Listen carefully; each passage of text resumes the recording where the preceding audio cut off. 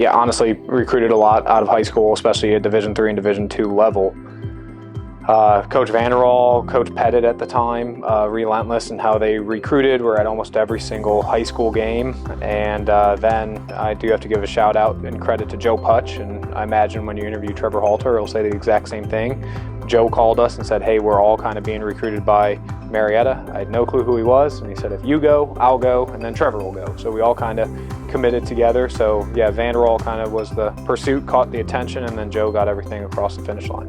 Yeah, I mean, it's tough, and I tell when I help coach and even kids today, it's like you don't want to play as a freshman because that means the team's not very good, and you're going to get the snot kicked out of you sometimes, and it's frustrating, I'm sure, to sit and wait till you're a junior, but that's a lot more ideal because you're actually winning games then. And I think it was probably also a part of me, Joe, and Trevor all saying like, man, this is rough. It'd be a lot easier to just go to a Wittenberg or a John Carroll and just win right away, and like we're done, we're out of here.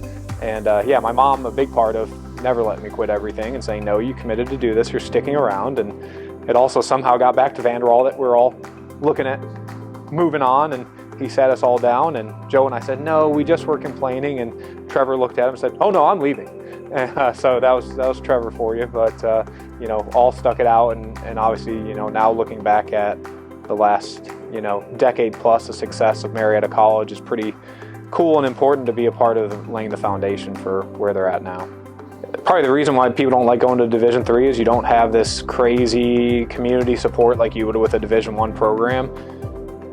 I felt like we were playing at Duke in Marietta, Ohio. Games were selling out in 2 or 3 minutes. People were scalping tickets. There was lines, all the way through downtown Marietta just to get a ticket. That's pretty important. And now as I'm older too, and now a part of the community and coming to games and seeing the support that they have, it kind of even makes me more proud to see the support and level that has continued to go on, and it's really cool to look back at old game film or old highlight tapes and just seeing massive crowds going crazy. And I really think it's an environment that maybe 1 or 2 other Division III basketball players get to have, but it's incredibly special and probably won us a fair amount of games that we shouldn't have because of that support.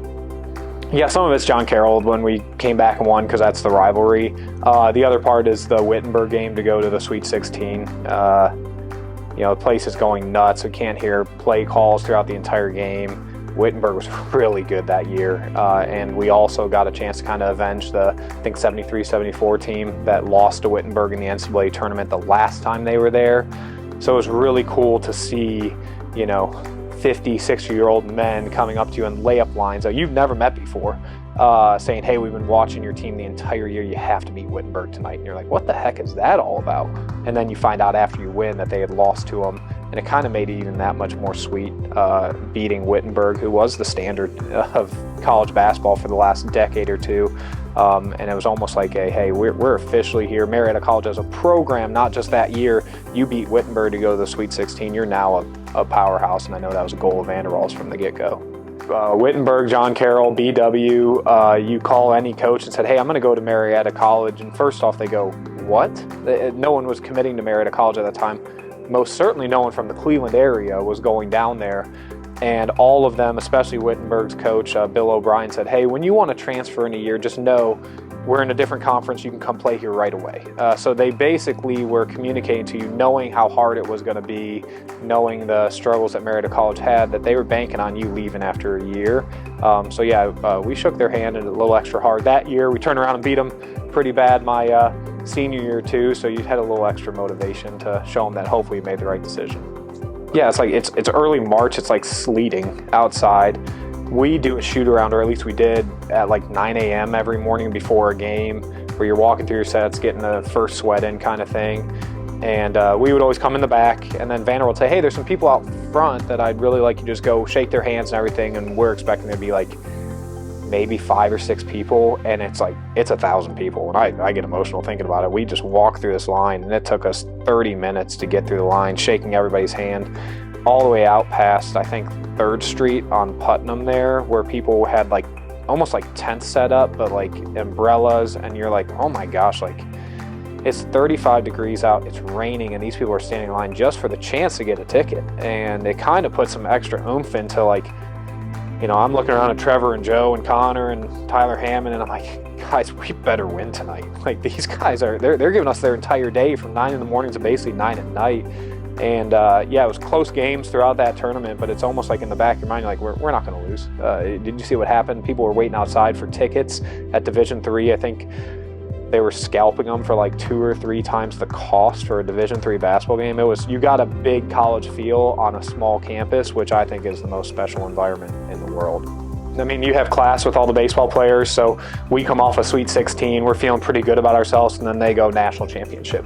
And knowing, you know, Brian Gosser, Austin, you know, Tim Saunders, and guys like that, you know, you start looking at stuff like, holy smokes, that's the pitcher of the year in all Division III. That, you know, later on, that's Tim Saunders getting drafted by the Chicago Cubs. And then you start looking at, you know, I dated Chrissy Rowe, who was on the track team, so you're like, man, Ryan Householder's, you know, a multi-time All-American. Ashley Balt's one of the best heptathletes that you have. And then obviously the crew team with a Kelly Barnett and those types of individuals.